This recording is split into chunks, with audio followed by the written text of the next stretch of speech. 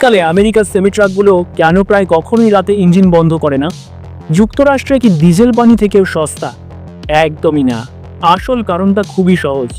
বেশিরভাগ long whole truck driver তাদের ট্রাকের কেবিনের ভেতরেই ঘুমান।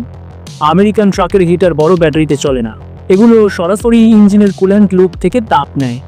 ইঞ্জিন আইডলে থাকলেও ডিজেল ইঞ্জিন কুল্যান্টের তাপমাত্রা 170 থেকে 195 ডিগ্রি ফারেনহাইটের মধ্যে ধরে রাখে, কিন্তু ইঞ্জিন বন্ধ হলেই সেই তাপের উৎস হারিয়ে যায়।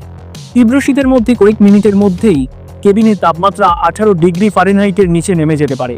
তাহলে ব্যাটারি ব্যবহার করা হয় না কেন? কারণ -22 ডিগ্রি ফারেনহাইটের মতো ঠান্ডায় ব্যাটারির ক্ষমতা হঠাৎ করে 40 থেকে 60% কমে যায়।